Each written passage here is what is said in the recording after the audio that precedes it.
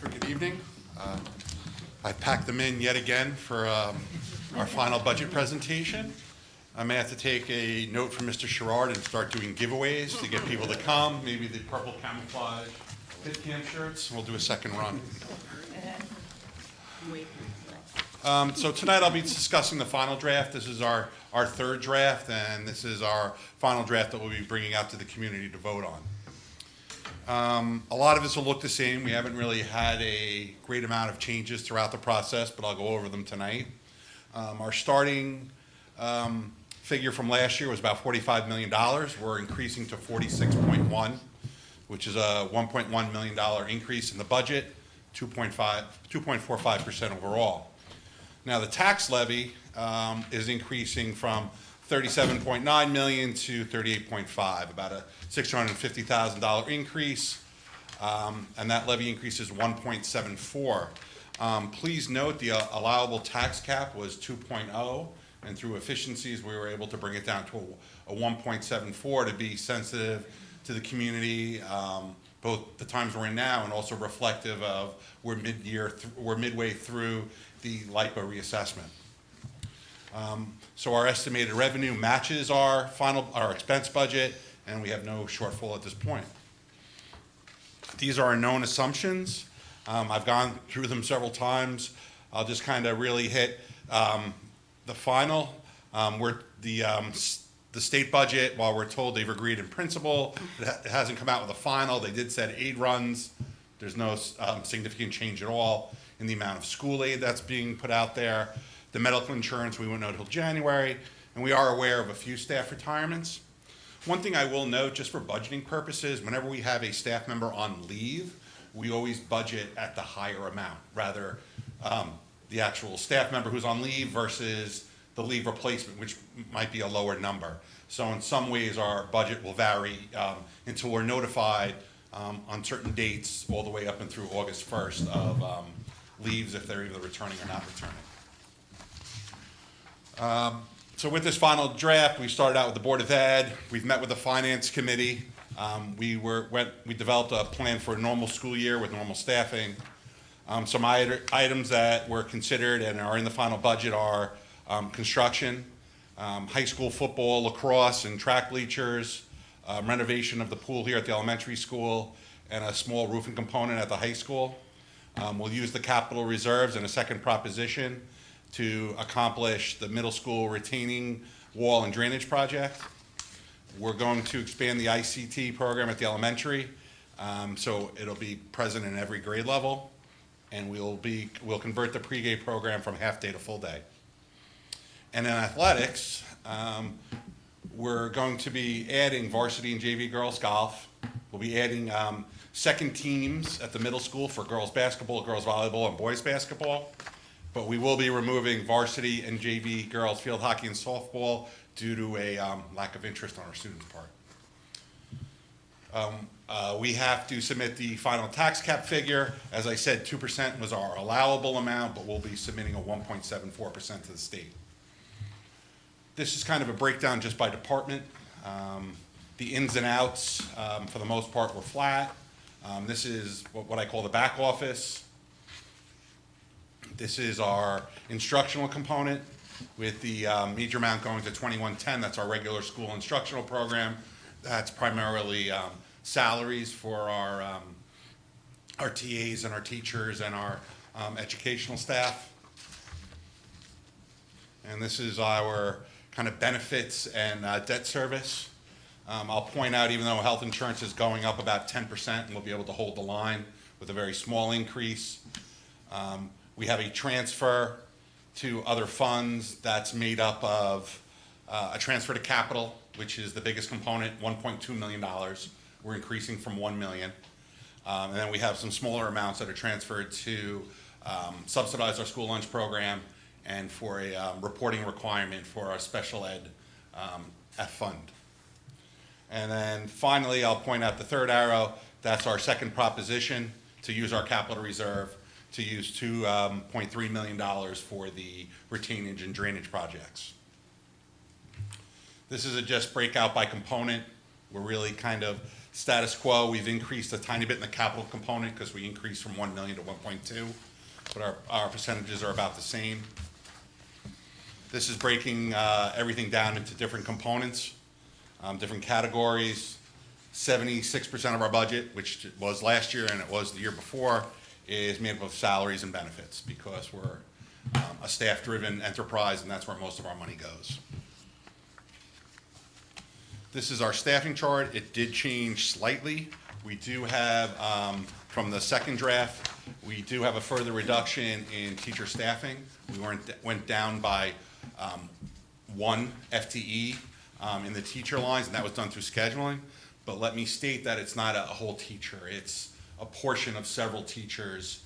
So in simplest terms, a 0.2 from 5 different areas are being reduced. And we also, with the new programs we're adding, we'll be shifting staff from certain areas into other areas to accomplish the ICT program and the pre-K program, all done in a really expense neutral or budget neutral endeavor. The rest of our staffing has remained the same. Overall, our increase is 3.5. The increase is mainly in the para line, and that's driven by the Committee on Special Education.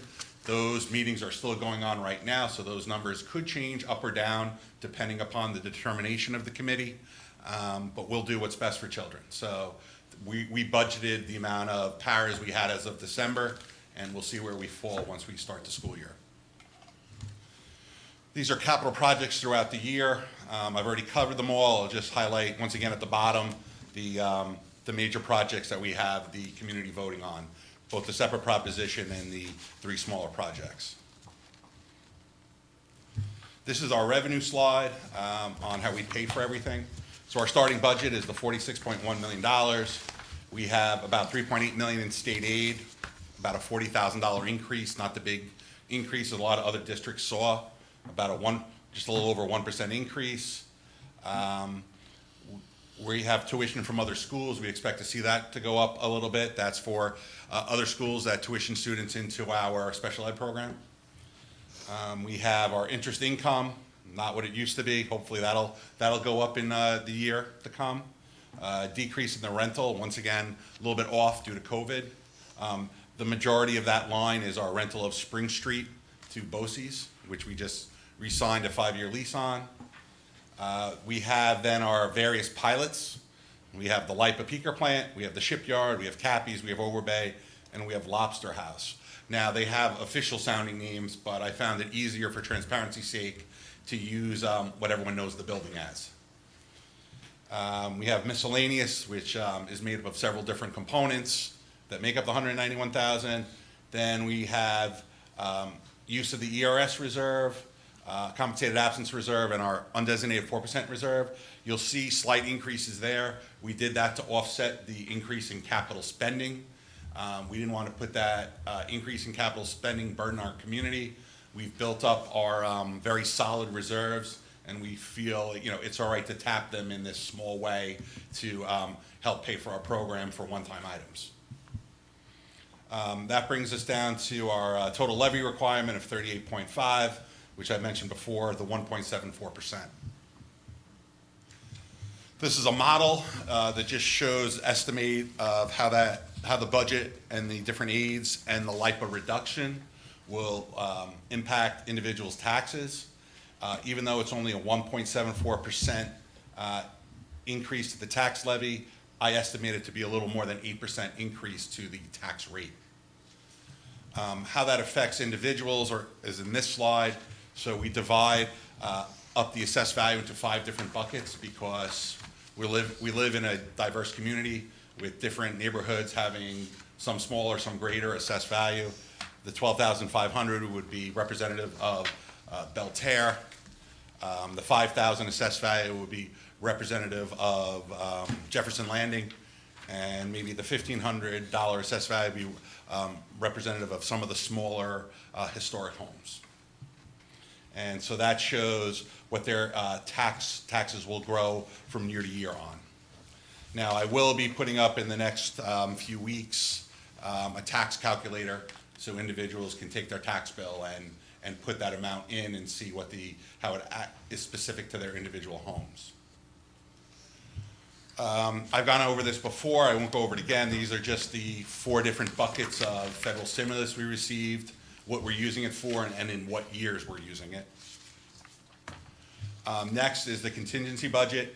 A contingency budget comes into play if the budget fails. If the budget fails, the board has an option to either put out a second budget and do a second budget vote, or go straight to contingency.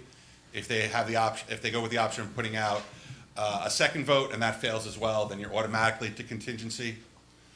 Under contingency, the tax levy cannot exceed what it was the year before. The administrative component increase percentage cannot increase the prior years. There's no purchasing of new equipment. There's no public use of school buildings where a cost is incurred. No non-essential maintenance, no capital expenditures, and no consultant services. So what that would look like for us would be approximately $300,000 reduction in equipment purchases, not using Syntax as our PR firm, eliminating the $1.2 million in planned capital projects, eliminating the drainage and retaining wall project, and then $170,000 in additional reductions in the administrative component, which would be determined at that time. This is a snapshot of the majority of the 6-day notice, and it just kind of puts into figures what contingency looks like and the different components. This will be mailed out to the community around 6 days before the vote. And finally, the budget vote, it's on May 17th. It's at the high school cafeteria.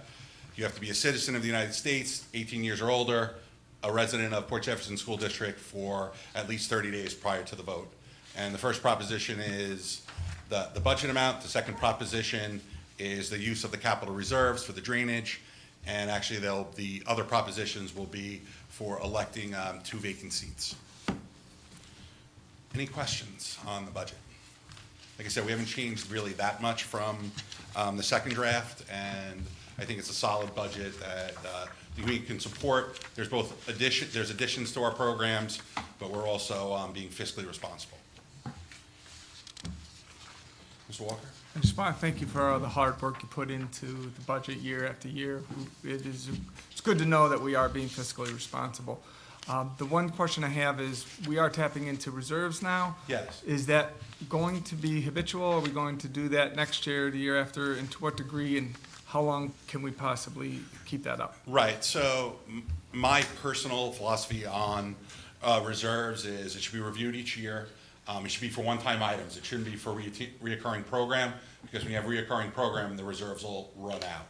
So in discussions with Ms. Matan, we felt that our reserves were quite healthy, and that a $200,000 reduction was not large scale and could be tolerated, but each year we would review it and see both in our standing and what the needs of the district are.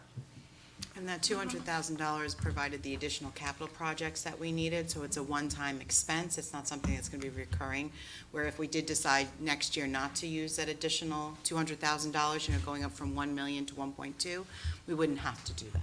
So that was really the decision-making process. And then given the discussions we've been having about capital projects, we wanted to make sure that we were showing that we were using our reserves for capital, not just going out to the community for bond things. It was very important to us to do that. So we may consider other things like that as we move forward with line item budgets that do come out of our reserves for one-time only things. But again, under discussion and conversation before doing that. And once again, one of the topics we always bring up at the Finance Committee is we'll go over we have a reserve plan, and we go over the figures, the purposes, and the numbers once a year, and we'll of course continue to do that. Thank you. Yes, Mr. Bell. For the capital projects that are the middle school retaining wall and the 3 other ones, the 1.2 million, those are eligible for building aid? They're all eligible for building aid. And when does building aid starts after the projects have been completed? And do you have an idea, a ballpark of what that building aid would be? And Well, generally, we get about between 23 and 25% in building aid. We submit, once the project is completely finalized, you have to fill out a closeout document. So I would estimate that's usually 12 to 18 months after the start of the project. We submit, and then usually you reimburse that cost over 15 years. Okay. So in the case of the projects that are being approved in this year's budget, generally they're not, after SED approval, they don't usually begin to the following summer, such as some of our bathrooms that are being done this summer that were approved in last year's budget. So then if you can figure 12 months, 12 to 18 months from next summer, that aid would start to come in. And I was thinking at probably a future meeting for both finance and facilities, I have a reconciliation by project of different aid amounts and when they culminate, and as well on that schedule is ones I still have pending, for submission. And I meet regularly. Our treasurer, Lisa, works hard on, she's now taken over the submission of those documents, and we meet or talk about it monthly just to make sure that we're continuing to turn over documents and to make sure that there's nothing lagging, that we can get in the pipeline as soon as possible. Right, thank you. Sure. I just want to echo Mr. Walker's sentiments to you, Mr. Lester, and your team. I know it takes a lot of time and effort to put the budget together, and we appreciate all you do in that area. Thank you. Thank you, everyone. Thank you. So that's it for my report. I did.